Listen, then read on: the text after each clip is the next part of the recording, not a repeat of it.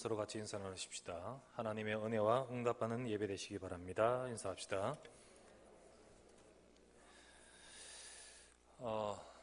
우리 긴 명절 연휴 기간이 이제 물론 내일까지 또 연휴 기간이지만은 그런 시간이 여러분들이 또 다녀오셨습니다. 그 기간 동안에 우리가 또 명절 캠프로 현장에도 가셨고 또 선교 팀의 걸음도 있었습니다. 선교팀의 걸음에 하나님이 역사하시고 또 응답하신 것에 대해서 참 감사를 드립니다.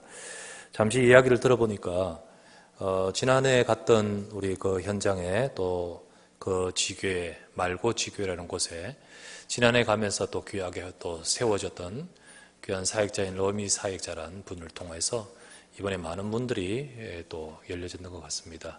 그러면서 하나님이 예비하신 응답들을 많이 보게 되는데, 그러면서 말고지교라는 곳에서 기도했던 샤방바토 하이스쿨 그 학교에 문이 열려가지고 교장 선생님도 또 잘 만나지 못했던 교사들도 이번에 타이밍이 되어서 다 그들에게 복음을 전하게 되고 또 학생들도 복음을 받고 문을 열어주심에 되었습니다.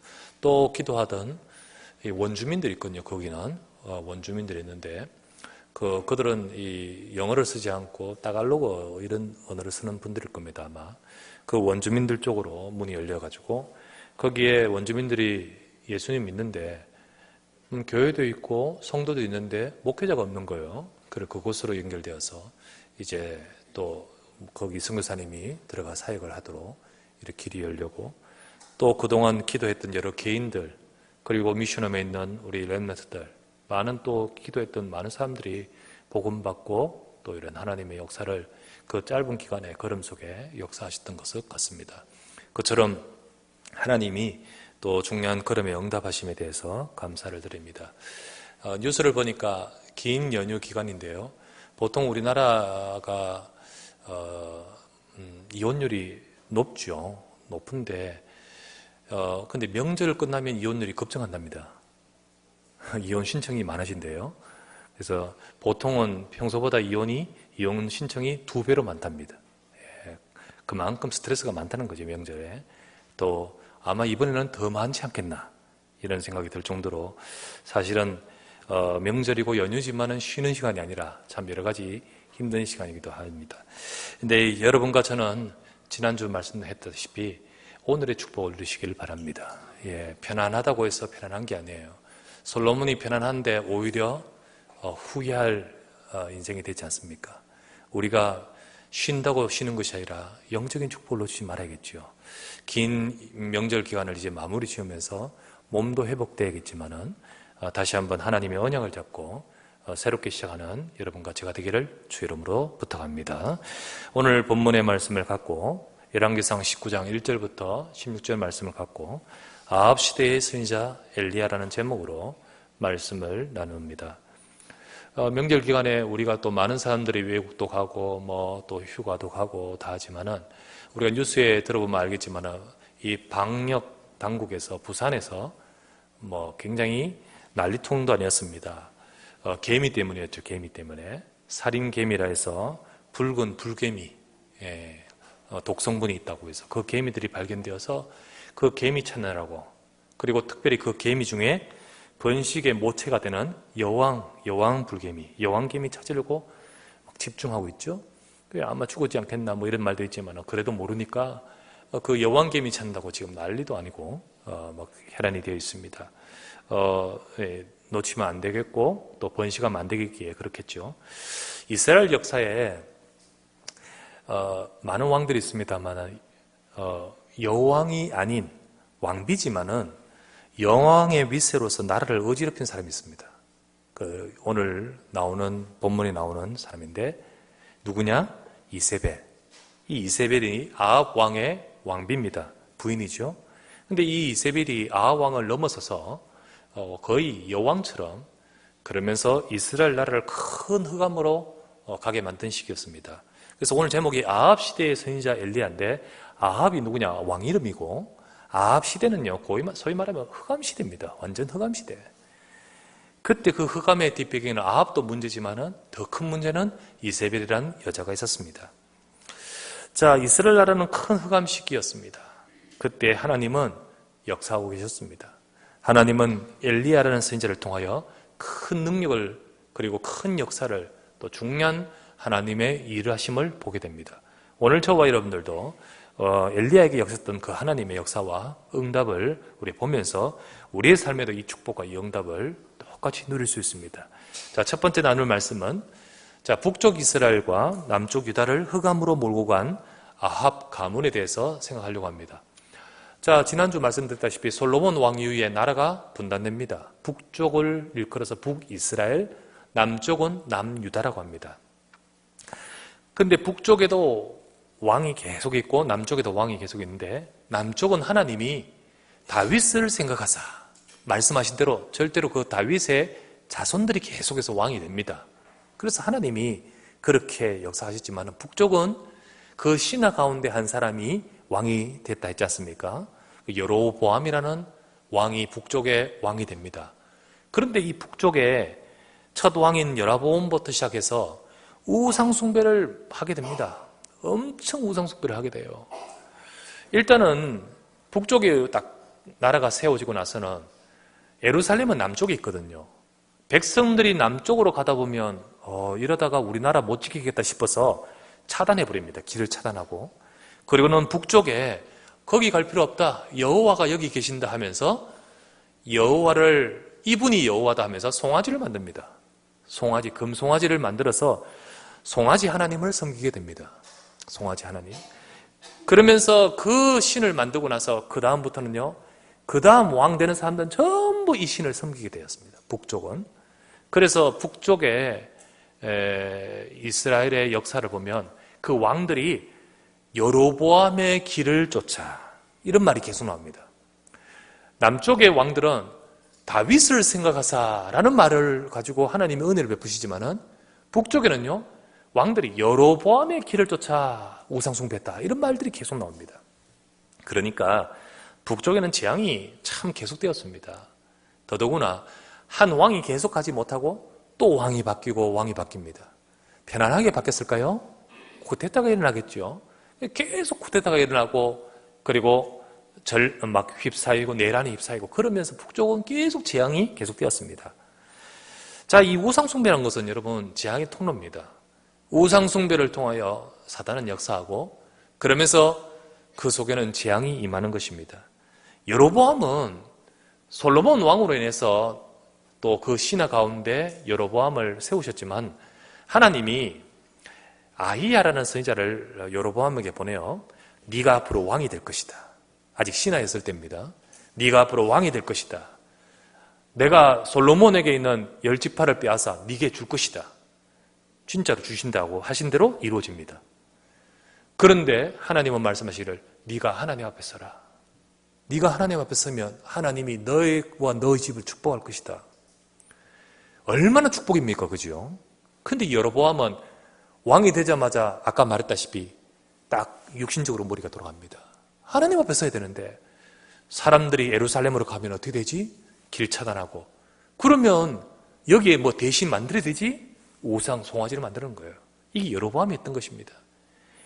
여러분 이런 여로보암은 이 축복을 우상 숭배를 통해 재앙으로 바꿔버렸어요. 그래서 재앙이 막 임하는 것입니다.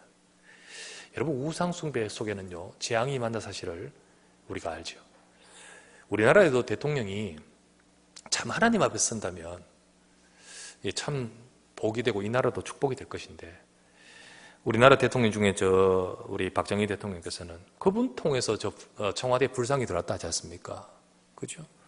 청와대 불상인데 이게 못 치워요. 뭐 뒤에 워낙 또 그 민감해서 그게 그렇고요. 그리고 그 다음에 그 자녀인 우리 박근혜 대통령, 우리 최태민 통해서 계속 영향받지요. 그러면서 박근혜 대통령 우리 그 임기 때 제일 문제됐던 것이요. 그 모슬렘 자본을 가지고 이 나라를 부강시키려고 그 조용히 그거를 펼쳐갔단 말이죠. 근데 모슬렘은 전 세계 중에 지금 이 대한민국을 공략하려고 그러면서 암묵적으로는요, 자본을 대주겠다. 그것도 무상으로 그냥 주겠다. 그러나 그 이후에 모슬렘이 우리나라의 그 코란이 우리 헌법 위에 있도록 그런 식으로 조용히 작업을 시작하려고 했었습니다. 그거를 조용히 박근혜 대통령이 어떤 이게 계속해서 그 부분을 가지고 밀어붙이고 있었죠. 사실은 이런 모든 것들이요, 절대로 무관하지 않습니다. 왜 그 가정에 재앙이 오고 왜 그 개인은 또 그렇게 되는 모든 것들은 절대로 무관하지 않습니다. 우상숭배는 재앙의 통로입니다. 재앙의 통로임을 아셔야 됩니다. 그런 가운데서 북쪽이 이스라엘에 계속 왕이 바뀌는 가운데서 오늘 이제 오므리 왕조가 세워집니다. 오므리가 뭐냐? 아합의 아버지입니다. 아합의 아버지부터 왕이 됩니다. 그 사람 이름이 오므리예요. 이름도 참 벌려 오므리 이게 아니고 오므리, 이게 오므리 왕, 이 사람 이름인데 이 사람이 쿠데타를 일으켜가지고 왕이 딱 되고 나서는 역시 여로보암의 길을 쫓아 우상 숭배를 합니다. 악한 왕이죠. 악한 왕이는데 근데 그 아들 아합이 왕이 됩니다. 근데 이 아합은 더 악해. 이 아합 때 어떤 일이 벌어지냐? 송아지 우상 숭배를 넘어서서 이제는요 바알을 수입합니다. 바알 숭배를 수입해요. 바알 숭배가 이제 이 나라에 들어오기 시작합니다. 바알 아세라, 그 근동 지역의 오래된 우상 신이거든요. 그거를 수입을 합니다. 수입을 어떤 식으로 수입하냐면 아내를 이세벨이라는 아내가 왕비가 되는데 이 이세벨이요 시돈이라는 나라의 왕의 딸입니다. 시돈 공주죠. 근데 이 시돈 왕 이름이 뭐냐?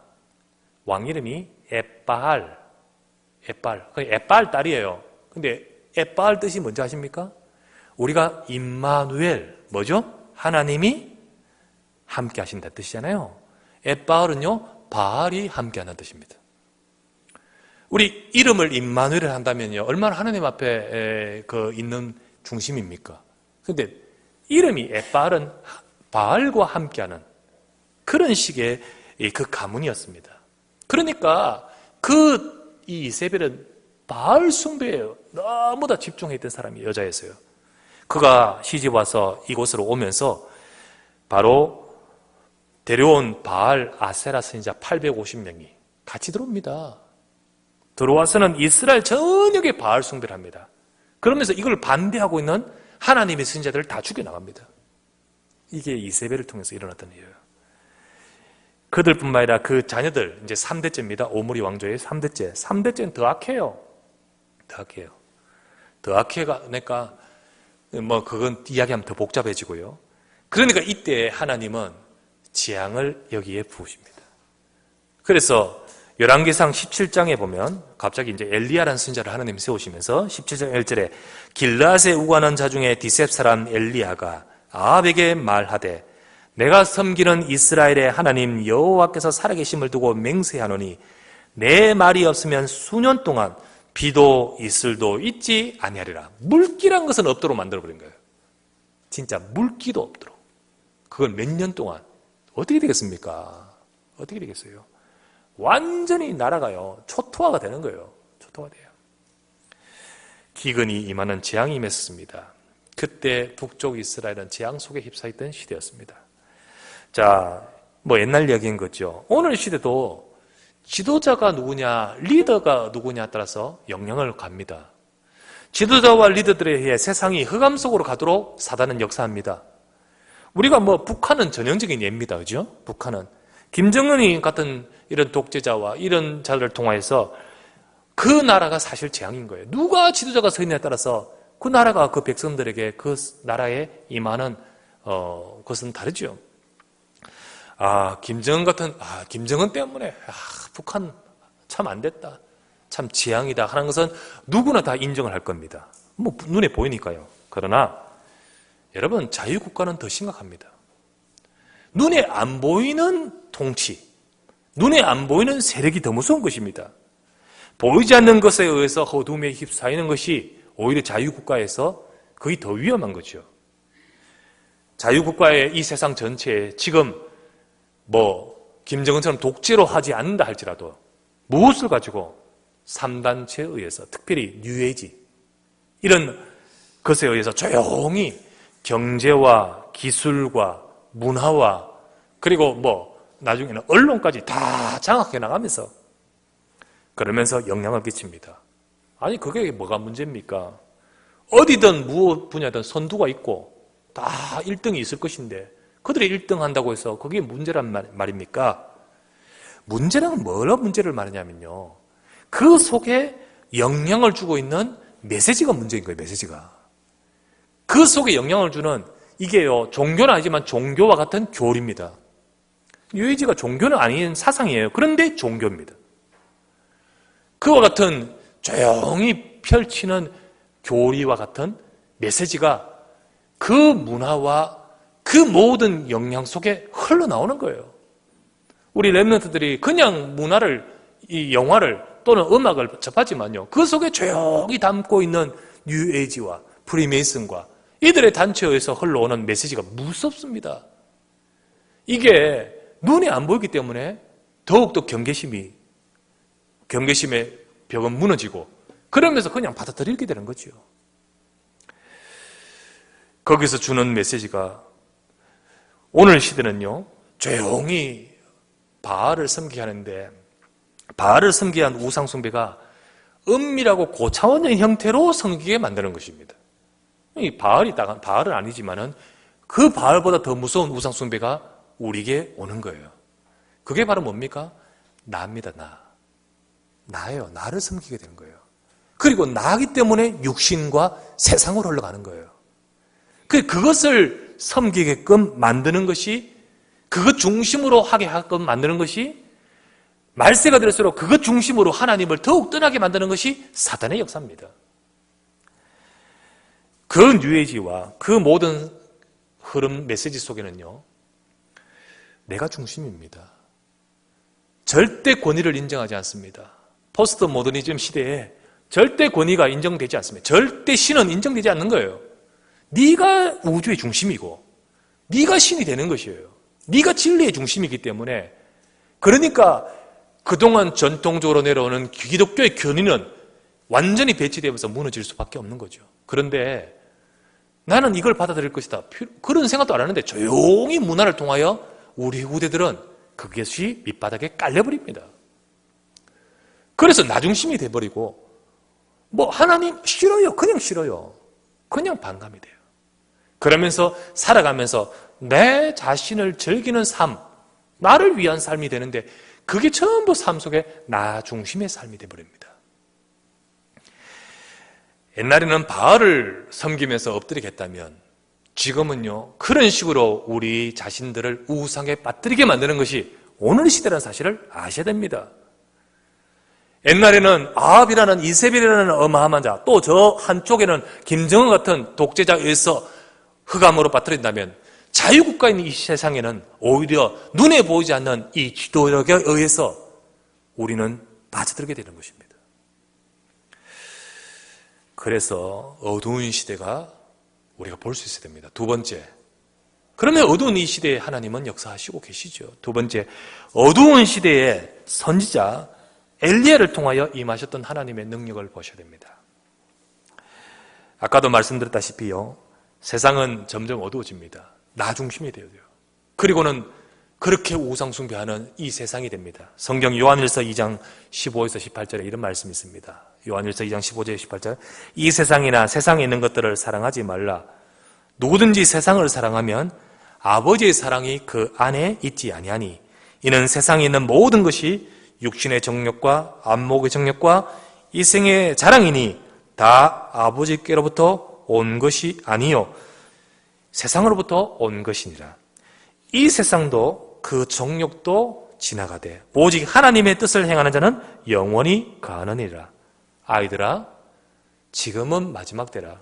적그리스도가 오리라는 말을 너희가 들은 것 같이 지금도 많은 적그리스도가 일어났으니 그러므로 우리가 마지막 때인 줄을 아노라. 이렇게 말하고 있습니다. 마지막 때, 더욱더 마지막의 마지막 때는요, 세상을 사랑합니다. 안목의 정욕, 이생의 자랑, 육신의 정욕, 그걸 가지고 사단은 역사합니다. 그래서 눈에 보이는 우상도 무섭지만은 눈에 보이지 않는 조용히 이 우상이 더욱더 우리를 어둡게 만드는 시대인 것입니다. 그래서 두 번째 우리가 나눌 말씀은 어두운 시대에 하나님은 역사하십니다. 선지자 엘리야를 통하여 하나님은 능력을 베푸셨습니다. 우리는 이 말씀을 보면서 오늘 우리 시대에 이 엘리야 같은 하나님의 능력이 임해될 줄 믿습니다. 엘리야는 북쪽 이스라엘의 선지자입니다. 곧 아합 왕 때에 사역을 했던 사람입니다. 그때 아까도 17장 1절을 봤다시피 내 말이 있기 전에는 이 땅에 물 한 방울, 이슬 한 방울, 비 한 방울 임하지 않을 것이다. 재앙이 임합니다. 근데 수년간 쭉 하는데 3년 반이 지납니다. 그때였습니다. 이때 엘리야는 이 나라를 진짜 바꾸고자 갈멜산의 영적 전투를 하게 됩니다. 그거는 18장에 나옵니다. 갈멜산의 그 산에다가 정식으로 바알 아세라 그 선지자들을 부릅니다. 모든 이스라엘 백성들이 알도록. 그리고는 어떻게 합니까? 누가 진정으로 하나님인지, 여호와가 하나님이신지, 바알이 하나님인지 모든 백성들 앞에서 보이게끔 하고자. 그래서요, 바알 아세라 850명 선지자들과 이 엘리야와 이제 싸웁니다. 어떻게 싸웁니까? 너희들이 하나님이라면 여기다가 불이 임하도록 기도해라. 나도 기도하겠다. 누가 하나님이신지를 백성들 앞에 보이도록 하자. 갈멜산의 영적 전투입니다. 그때 3년 반이 지나면서 이스라엘 백성들은 얼마나 극에 달했겠습니까? 비 한 방울 없었으니까. 그러다 보니까 그렇게 극에 달아있던 이 상황 속에서 이 일을 하게 함으로 인하여 이스라엘 백성 전체에 하나님을 알게끔 만들도록 그렇게 하는 거죠. 그랬습니다. 그러면서 850명이 아무리 기도해도 능력이 임하지 않는 거예요. 사단도 능력이 있습니다. 바알도 기도하면 능력이 임할 수 있습니다. 그거는 하나님의 허락하심 속에 오는 거예요. 하나님이 막아버리니까 능력이 올 리가 없지요. 850명이 아무리 부르짖고, 그리고 그들의 애식들아 막 칼을 온몸에 피를 흘리고 막 난잡한 짓을 다 해도 능력이 안 임합니다. 불이 올 리가 없죠. 그때 이제 그러면 백성들을 하여금 이제 이곳으로 모이라. 그래서 이제 그곳에 단을 쌓고 나무를 올리고 재물을 올리고, 그리고는 물 12종을 부으라. 물을 부으면 불이 붙을 리가 있겠습니까? 물을 붓습니다. 물이 흥건하게 고랑에 가득하도록 붓고는 엘리야가 기도합니다. 여호와 하나님, 하나님이 여호와께서 하나님이심을 이 백성들에게 보이소서. 내가 하나님의 선지자이며 백성들에게 하나님이 여호와가 하나님이심을 보이소서. 이곳에 불을 내리소서 기도하는데 하늘에서 불이 떨어져가지고 거기에 불을 태워버립니다. 이때 백성들의 눈이 이둥그러지죠. 그 여세를 가지고 850명을 목을 잘라버립니다. 그 왜? 그들로 인해서 이스라엘 백성 전체의 우상숭배. 이거를 바꾸려고요. 엘리야가 거기에 영주다. 이후에 이스라엘 백성의 곤고함의 근원인 비를 내리게끔 합니다. 기도합니다. 하나님 비를 주십시오. 그때 이제 비가 오지요. 비가 옵니다. 자, 이런 능력을 하나님이 엘리야를 통하여 행하시므로 그렇게 역사하셨습니다. 자, 그렇다면 궁금한 게 있습니다.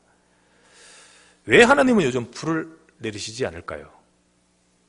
하나님은 불을 내리시는 기적 같은 기적을 오늘 행하실까요? 행하실까요? 하나님은 그렇게 역사하실까요? 여러분 기도하시면서 불 주십시오라고 할 때 하나님 불 내리실까요?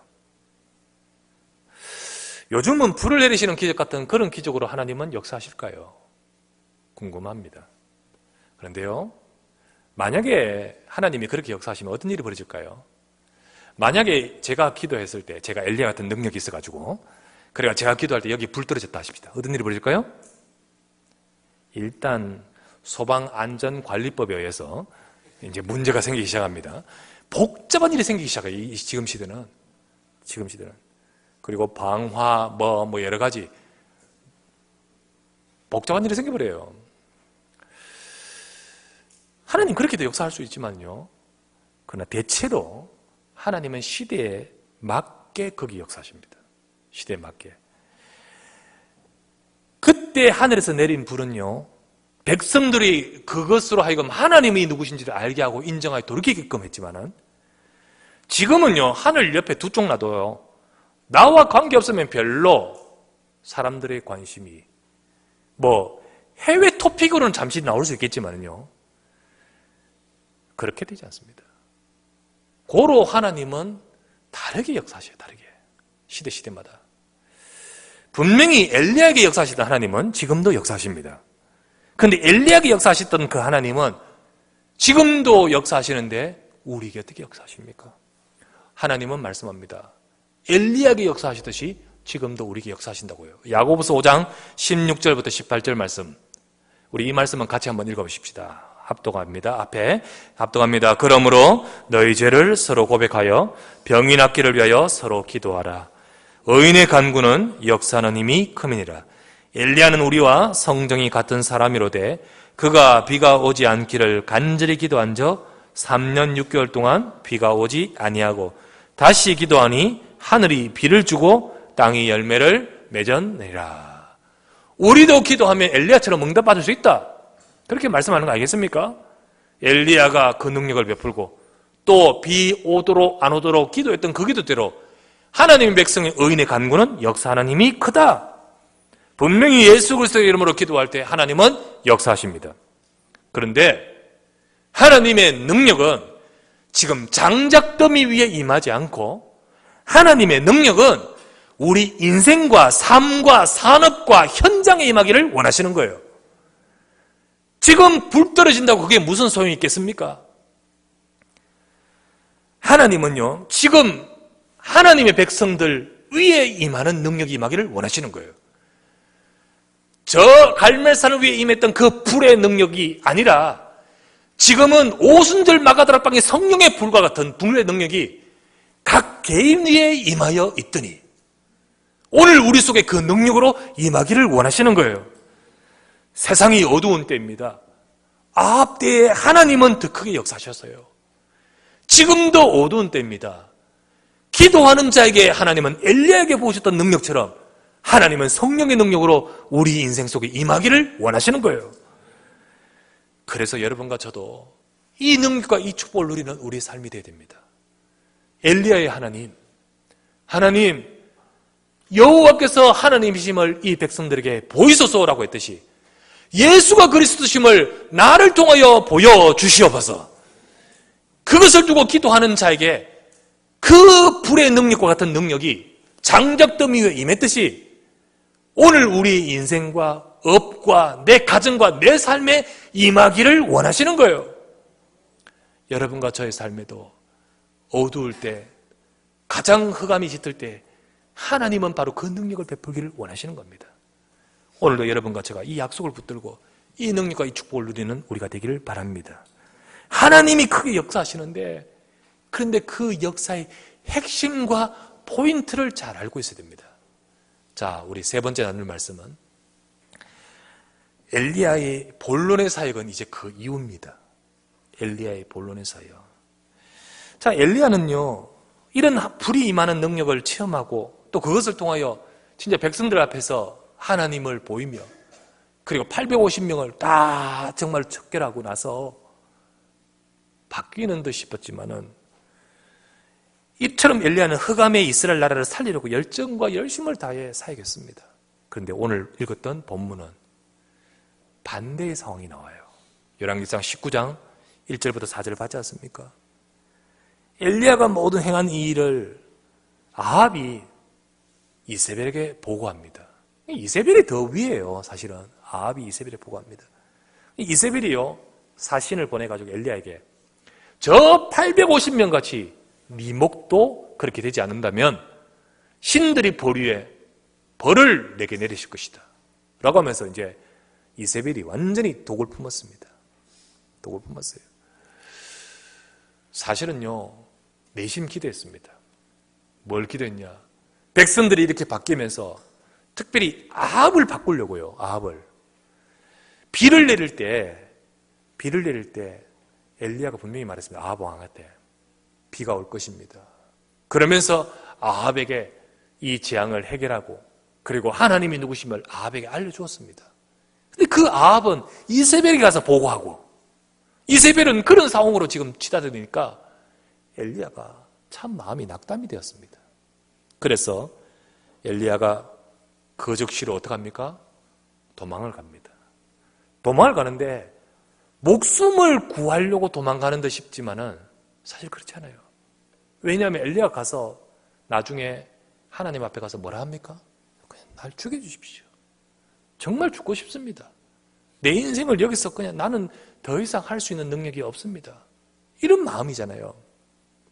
살고 싶어서 도망가는 것이 아니라 정말 마음에 참 힘이 들었던 것입니다. 그리고 나서는 그는 도망을 갑니다. 광야로 도망을 갑니다. 아무리 큰 능력을 보여도 진짜 변한 것은 없는 거 있죠. 낙심했습니다. 그리고 하나님께 요청합니다. 주여 족합니다. 이제 내 생명을 거두어 주십시오. 그때 하나님은 천사를 보내어 엘리야로 하여금 호렙산으로 가게 하셨습니다. 거기서 엘리야에게 중요한 전환점을 주셨습니다. 그것이 바로 11절부터 12절입니다. 엘리야가 호렙산에서 서서 있는데 큰 바람이 지나가는데 그 바람 속에 여호와께서 계시지 아니하고 큰 지진이 막 일어나는데 거기도 여호와께서 계시지 아니하고 큰 불이 일어나는데 불 속에도 여호와가 계시지 않는다. 여러분 여기에 시사하는 바가 굉장히 큽니다. 큰 것이 일어나는데 거기에 계시지 아니하고 11절입니다. 또 지진 후에 12절 또 지진 후에 불이 있으나 불 가운데도 여호와께서 계시지 아니하더니 불 후에 세미한 소리가 있는지라. 조용히 하나님이 말씀을 주십니다. 결국은 말씀이라는 거예요. 말씀. 결국은 말씀입니다. 여러분 엘리야를 통하여 하나님이 하시기 원하는 것이 뭔지 아십니까? 말씀의 사역입니다. 말씀의 사역. 아무리 능력이 임해도 사람 속에 하나님의 말씀이 임하지 않으면 안 되는 거예요. 아무리 큰 일이 벌어지고 그것을 경험해도 여러분 그게 단조 아십니까? 그 속에 말씀이 임하지 않으면 안 돼요. 병을 나서 고칠 수 없는 병을 났었다 할지라도요 하나님 말씀이 임하지 않으면 그것은 닦인 거 아니에요. 저는 많이 봤습니다. 진짜 병 완전 고친 사람이 그런데 하나님 말씀이 안 임하니까 병 고치고 그냥 가버려요. 병 고치고요. 감사하다고 헌금은 하지만은 가요. 진짜 본론은요 사람 속에 말씀이 임해야 되는 거예요. 말씀이 임해야 돼요. 하나님은 그걸 원하셔요. 하나님은 그걸 원하셨습니다. 그래서 그때 하나님은 말씀합니다. 사람을 살아야 된다. 말씀이 임해야 된다. 그 중에 엘리야에게 주신 말씀이 엘리사입니다. 엘리사를 찾아가서 엘리사를 세워라. 하나님은 약속하고 계십니다. 18절 말씀에 엘리야는 이렇게 말했습니다. 다 죽었습니다. 나만 남았습니다. 그때 18절 말씀에 그러나 내가 이스라엘 가운데 7,000명을 남기리니 다 바알에게 무릎을 꿇지 아니하고 다 바알에게 입맞추지 아니한 자니라. 엘리사를 세워라. 그리고 말씀이다. 그럴 때 하나님이 무릎을 꿇지 않은 7,000명을 남길 것이다. 하나님은 약속하고 계십니다. 하나님은 현장에 진짜 예수 그리스도의 복음 들고 갈 때 현장에 진짜 제자를 준비하십니다. 하나님이 정말 원하시는 것은 이 어두운 시대에 조용히 저와 여러분들이 말씀의 사역을 하기를 원하시는 것입니다. 진짜 복음 붙들고 진짜 복음의 말씀을 가지고 여러분과 저의 현장을 조용히 살리는 자가 되기를 원하십니다. 여러분이나 저나 우리 부교육자들 사역을 하면서 사람 살리지 않으면, 개인 살리지 않으면 절대 소용없습니다. 훅작직걸 막 했다 할지라도 불 떨어지는 일과 같이 오만 것, 큰 것, 화려한 것, 많은 것들이 센세이션 일으키는 많은 것들이 일어났다 할지라도 겉으로 드러나는 일은 소용없습니다. 결국은 나중에 남는 게 없어요. 남는 게 없습니다. 조용히 하나님의 말씀을 심어야 되겠습니다. 조용히 하나님 말씀을 붙들어야겠습니다. 여러분과 저 자신이 먼저 하나님의 말씀이 내 속에 들어와야겠습니다. 그럴 때 하나님이 진짜 원하시는 것은 엘리야에게 주시는 이 말씀을 통하여 왜 하필이면 큰 불이 온 이후에도 여호와께서 계시지 아니하고 세미한 음성으로 하나님이 말씀하셨을까요? 하나님은 말씀이 엘리야 속에, 더 나아가서 그 말씀을 통하여 엘리사와 7천 제자 속에 임하기를 원하시는 것입니다. 그래서 바울은 이렇게 말합니다. 진짜 개인을 살려야 된다. 바울은 고린도전서 9장 19절부터 21절에 이렇게 말씀하고 있습니다. 고린도전서 19장 21절. 9장 19절에서 내가 모든 사람에게서 자유로우나 스스로 모든 사람에게 종이 된 것은 더 많은 사람을 얻고자 함이라. 유대인들에게 내가 유대인과 같이 된 것은 유대인들을 얻고자 함이요. 율법 아래에 있는 자들에게 내가 율법 아래에 있지 아니하나 율법 아래에 있는 자같이 된 것은 율법 아래에 있는 자들을 얻고자 함이요. 율법 없는 자에게는 내가 하나님께는 율법 없는 자가 아니요 도리어 그리스도의 율법 아래에 있는 자이나 율법 없는 자와 같이 된 것은 율법 없는 자들을 얻고자 함이라. 우리가 어떻게 하면 사람을 살릴까라는 중심 속에서 바울이 했던 것처럼 어떻게 하면 내 주장이 중요한 것이 아니고 어떻게 하면 사람을 살릴까? 결국은 그 사람 속에 어떻게 하면 하나님 말씀을 얻어낼까? 그것에 초점을 맞춘 바울의 중심이겠죠. 예수님은 말씀하셨습니다. 마태복음 28장 18절에서 20절 말씀. 우리 이 말씀은 다 같이 합독하여 읽겠습니다. 마태복음 28장 시작. 예수께서 나와 말씀하여 이르시되 하늘과 땅의 모든 권세를 내게 주셨으니 그러므로 너희는 가서 모든 민족을 제자로 삼아 아버지와 아들과 성령의 이름으로 세례를 베풀고 내가 너희에게 분부한 모든 것을 가르쳐 지키게 하라. 볼지어다 내가 세상 끝날까지 너희와 항상 함께 있으리라 하시니라. 하늘과 땅의 권세를 가신 주님께서 엘리야에게 능력을 베푸신 하나님이 이렇게 말씀합니다. 하늘과 땅의 모든 권세를 가지신 주님께서 내가 네게 명한다. 가서 제자 삼으라. 그러면 내가 세상 끝날까지 너와 항상 함께 있으리라. 하나님은 엘리야에게 하셨듯이 지금도 하늘과 땅의 권세를 가진 주님께서 능력을 베푸십니다. 그런데 그 능력은 갈매산에 불 내린 능력이 아닌 여러분과 제 현장과 각 분야의 사람을 살리고 정복하는 그게 필요한 능력을 저와 여러분들에게 베푸시는 것입니다. 그러므로 우리가 이 시간 이 말씀을 잡고 엘리야의 본론의 사역은 그 다음 아니었습니까? 엘리사를 세우고 7천 제자를 세우는 거기에 이제 진짜 본격적인 하나님의 능력이 임합니다. 진정한 능력은 거기에 있습니다. 엘리야를 통해 주시는 말씀이 그거죠. 그렇다면 저와 여러분들에게도 엘리야에게 임하셨던 그 능력을 우리에게 부으시는 하나님께서 무엇을 원하고 계십니까?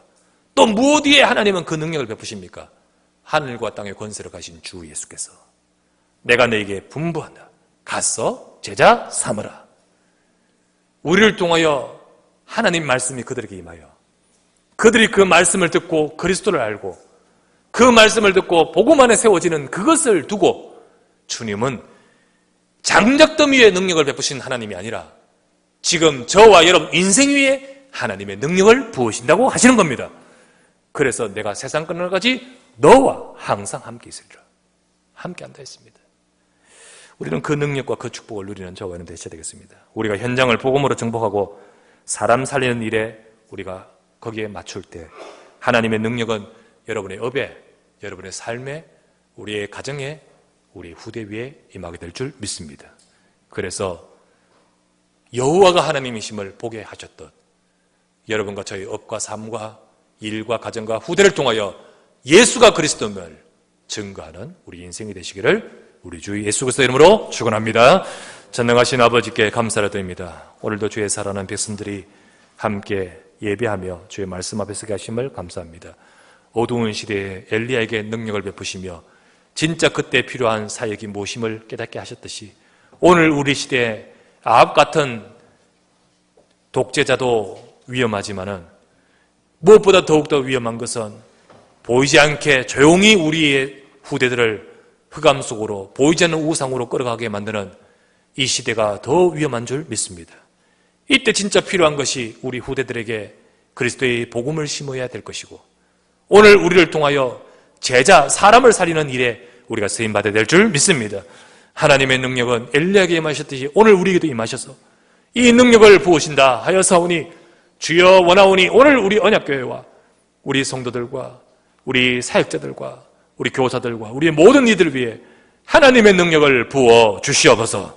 그래서 우리를 통하여 하나님께서 원하시는 칠천지자 현장에 숨겨둔 제들을 찾고 세울 수 있도록 우리를 사용하시고 축복하여 주시옵소서. 우리 구주 예수 그리스도의 이름으로 간절히 기도드리옵나이다. 아멘.